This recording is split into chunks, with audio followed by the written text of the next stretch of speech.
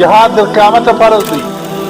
جهاد په اوس وخت کې په یو دنیا کې یو مسلمان نه دی خلاص دی، جهاد نه فرضیت خلاص دی. د درست نړۍ حکومتونه مسلمانان علما او عوام فرضیت باندې مفتول باندې جهاد فرض عین دی.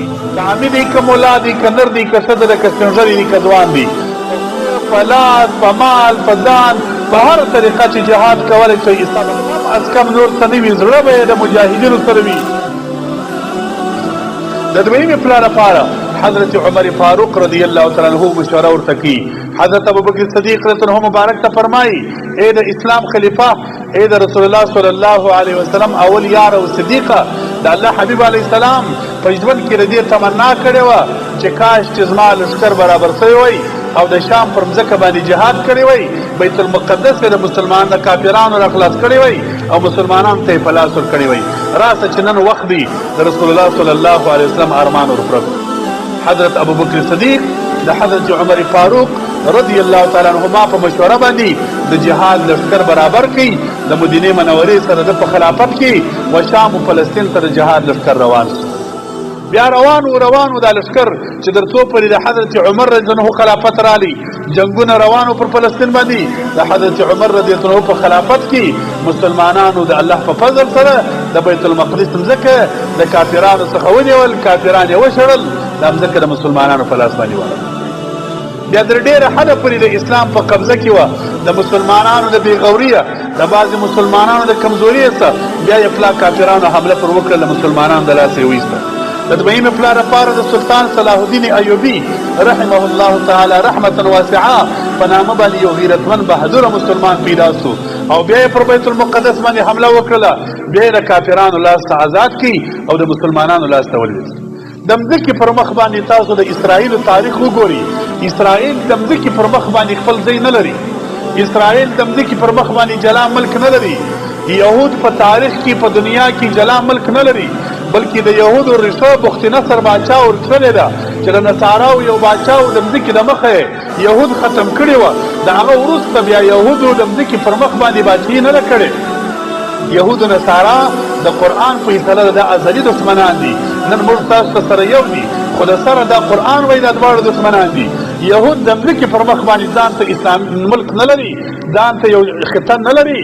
دا چې کم نن د اسرائیلو په نامه باندې د مځکې پر مخ یو بدبخته انسانان د یهودو په نامه باندې آباد دي، د دې 100 کاله تاریخ دی، اخوا د تاریخ بیا نه لري. ګوري دا قریب 126 کاله یا 127 کاله تاریخ لري. د اسرائیلو تاریخ وګوري، دا په 1890 کې د اسرائیل رالل، د یهود رالل، د فلسطینیانو سره دلته په همسایه‌توب باندې اړولي. 50 کاله بعد قریب په 1948 اوقات کې دا کافرانو حمله وکړله او ځان ته یو ریاست یې جوړ کړي، رامسوله. د دنیا کافرانو یې د شا لاسنیوی وکړي. امریکا او د اتباع یې د شا ودرېدل. په 1948 کې اسرائیلو اعلان وکړي د خپل ځان لپاره د ملک. تر اوسه پورې 100 کالونه د دې ملک نه دي پراخ.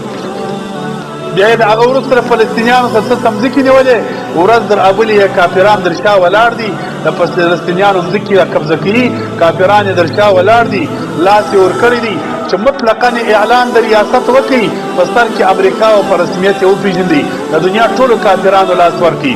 نن د مځکې پر مخ باندې 11 قوي قوتونه شته، 11 سره کافران دي، د 11 په فهرست کې یو قوي قوت اسرائیل جوړ شوی. دا ولې؟ دا ځکه ټول کافران یې در شا ولاړ دي. کافرانو د دې لپاره وروزل چې د مسلمانانو خلاف یې وجنګي، د دې لپاره یې وروزل چې د مسلمانانو قبله ځینې لاندې کړي. تاسو ولیدل تېر کال نه هغه بل کال ټرمپ خبیث دغه یهود د اسرائیل په رسمیت باندې وپېژندل، رسمیت کې وختي پېژندلې وه. دا رسمیت یې ورلره ورکړي چې بیت المقدس ښار چې دی چې د مسلمانانو قبله ده، دا به د آینده لپاره د اسرائیلو د کافرانو د دارالامان دارالخلافه او پایتخت به یې داسې دا کافرانو ورلره ورکړل. د دنیا ټول کافران یې در شا ودرېدله. مقصد مې دا دی چې ورځ در ابل یې د مسلمانانو څخه کار روان کړی دي. نن دا حال ته ودرېدلو چې څو کاله مخکې بیت المقدس لاندې کړي او نن زموږ قبله د کافرانو په لاس کې. نن د کافرانو تسلط باندې دي. زموږ مسلمانان باچاهان اوس هم د خوب د غفلت په خوب باندې بیلي دي. زموږ خلکو ته یو عجیب غریب و عظیم مرضونه راغلي دي. کافرانو څخه نن پوښتنه وکړه، نن سهار هم ما رابطه ورسره کړې ده، زه ورسره الحمدلله په لین کې یم. نن هم پوښتنه وکړه د امریکا تیاري پر بني اسرائیلو د خوا څخه پر فلسطینیانو باندې بمبارونه کوي. نن هم پوښتنه وکړه د جرمني تیارې والا رادیوګانې پر زرګیږي بمبارونه کوي.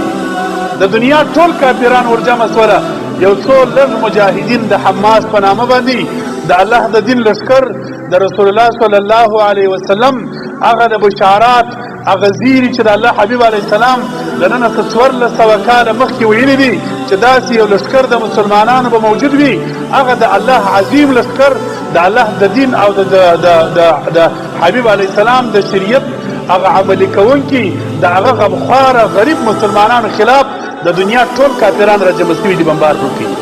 د ټولو کافرانو کومک ورسره روان دي. زموږ مسلمانان څه کوي؟ په مسلمانانو کې نو غټ کار دا سوی دي چې سهار خبر شو میبکسین بازار کې ملایانو مظاهره راایستله، چې کوي په بازار کې مظاهره ده چې اسرائیل غلط کار کوي. بس د خولې خبرې ورپاته دي، مسلمان ته بل څه نه دي ورپاته. کوم ملا دي امې په دا خطا ایستلی دي چې په خوله باندې نارې ووهه چې اسرائیلو غلط کار کړی دي. سیاست ځینې جوړ شوی دي. نن جهاد د مسلمانانو پر سیاست راوښتي دي. ملام په سیاست باندې جهاد کوي، امیم په سیاست باندې جهاد کوي. مسلمانان خپل په مابین کې سره کړي دي، اخته دي، پر باچیې باندې جنګونه دي، په خپل ملک پر قوت باندې جنګونه دي، خپل منځي جنګونه او اختلافات دي، یو پر بل د کافر ټاپی ولګول دي، خپل منځي سره اخته کړي دي کافرانو.